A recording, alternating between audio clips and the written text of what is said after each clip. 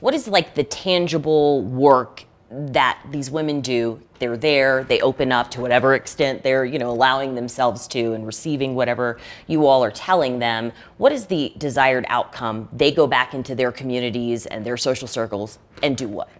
Talk. Stop the nonsense. I want to add, because I think we missed Indigenous and Black people are on the bottom, okay? Talk to your husbands. These men that are creating the violence out there, these are their husbands, their sons, their brothers, their grandfathers, their uncles. So talk to those people. Talk to other white women. Open up your mouth, call a thing, and quit pretending like you don't see the violence and the nonsense. Stop pretending. Just because you pretend you don't see it doesn't mean it doesn't exist. Yeah, and look, white men are at the top of the food chain, right? They're on the throne. Who's holding up the throne? White women, right? White women are holding up the throne. Look at the numbers. 53% of white women voted for Donald Trump the first time. After Donald Trump proved himself to be a whole fascist, 56% voted for him. More. Right? So our pedagogy is white women, stop caping for whiteness. Stop propping up whiteness. Join gender, intersectional solidarity, and we can overthrow all of it. But it starts with you. You have to deconstruct this within yourself. So yes, come to a dinner and then start having these conversations. We very purposefully do this at dinner tables to sort of turn the old adage on its head of no politics at the dinner table. What does no politics at the dinner table means? Don't talk about oppression at the dinner table. And people have to eat multiple meals a day, so if you're not talking about oppression during the times you're eating, you're not talking about oppression. So if you can decolonize your dining room, the next time you have people over for dinner, the next time you're having dinner with your family, you can talk about it because you've already done it before. And it's not so scary. No one, as Regina always says, nobody died. Nobody died. Why, and you touched upon it a little bit, but why specifically do this over dinner? There are so many different venues and avenues you could do this. Why dinner? White women are socialized to be nice. And part of that niceness means you don't come to a beautifully prepared dinner table and then leave because something upsets you.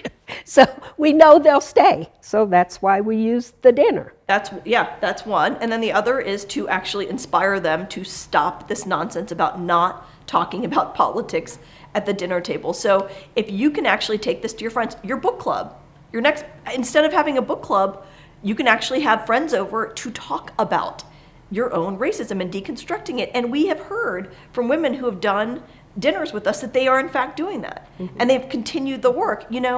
I'll give you one anecdote. We had a dinner in Chicago a couple years ago, and a white woman there was talking about how it was mostly nurses and mental health professionals. And she was giving an example.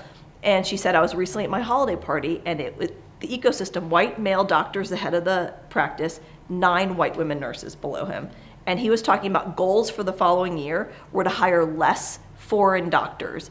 And she paused and she said, the only doctors we hired this year were African and Asian doctors.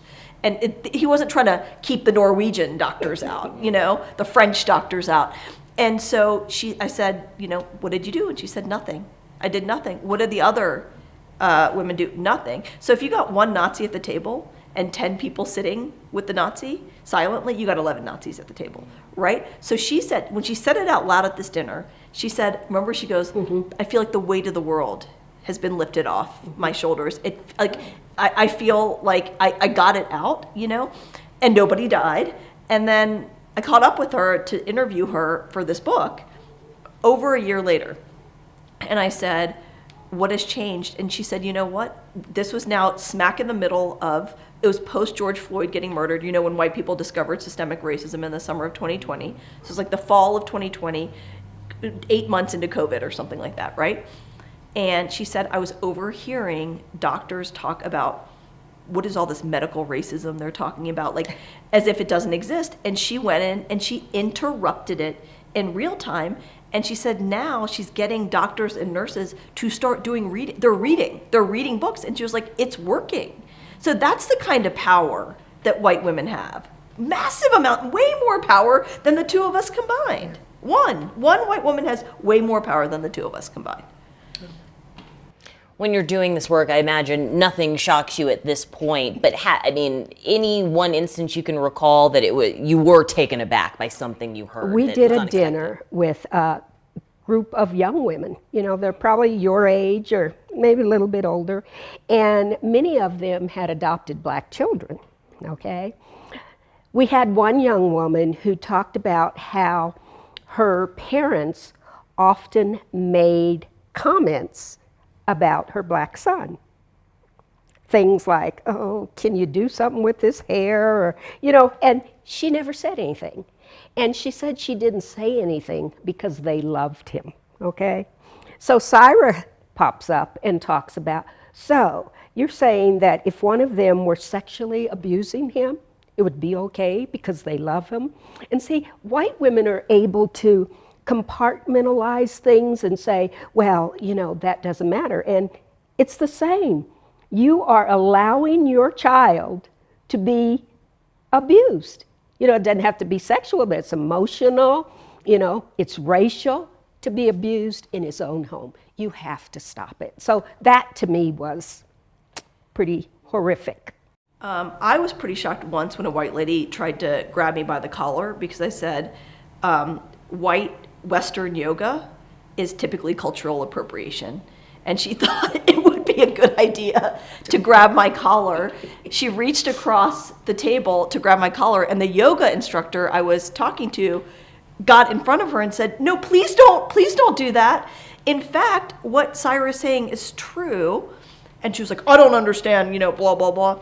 And she said, I'm a yoga instructor in Colorado, and I've repeatedly said to multiple studios, we have to hire Black, Asian, Latinx yoga instructors. And she said they patently will not do it. And I was like, yeah, that's what I was talking about. But she was all set to like punch me to you know, honor the white yoga instructor because somehow I had mortally wounded her by saying cultural appropriation. That was pretty shocking. The one thing we don't allow at the table is crying. That was my next question. Yes. Why no white women tears allowed? What's Right. that about? Well, we know. You know, as black people, we know. I think the rest of society needs to know that when a white woman cries, everything shuts down and everybody has to come and comfort them. You know, it's another way of detracting from the conversation that's going on, and we don't allow it. We have the hostess prepare a crying room. And if someone needs to cry, they need to go in this room and not stay at the table. White women's feelings matter more than Black and brown and indigenous pain and violence. So when white women cry, out the door. Take that somewhere else.